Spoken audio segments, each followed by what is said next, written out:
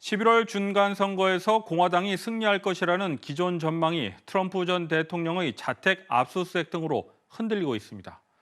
이런 가운데 공화당은 하원에서 다수당을 차지하게 된다면 바이든 행정부 고위 관료에 대한 탄핵과 정책에 대한 대대적인 조사를 하겠다는 입장을 나타냈습니다. 김상은 기자가 보도합니다.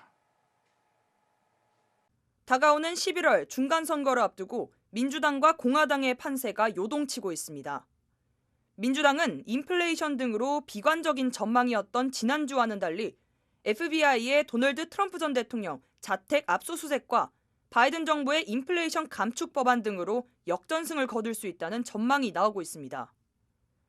한편 트럼프 전 대통령을 지지한 후보자들이 경선에서 승리하면서 공화당 내부에서는 이번 선거에서 하원을 탈환한다면 바이든 정부의 탄핵을 최우선으로 하겠다는 언급도 나왔습니다. 바이든 대통령이 취임하고 나서 최소 8건의 탄핵 결의안이 하원에서 발의됐습니다. 발의된 결의안은 남북 국경지역 이민자 폭증에 대한 정부 대응과 관련해 3건, 아프가니스탄 미군 철수 문제로 3건, 바이든 대통령의 아들 헌터 바이든의 의혹과 관련해서 1건, 그리고 코로나19로 인한 세입자 퇴거 유예 조치와 관련해 1건 등이 있습니다. 8건의 탄핵 결의안 중 4건을 주도한 조지아의 극우 성향 마조리 테일러 그린 하원 의원은 바이든 대통령이 취임 선서와 함께 탄핵을 당했어야 한다는 막말까지 내뱉었습니다. 특히 공화당 내에서는 바이든 정부의 고위 관료에 대한 탄핵과 정책에 대한 조사가 대대적으로 필요하다고 주장합니다.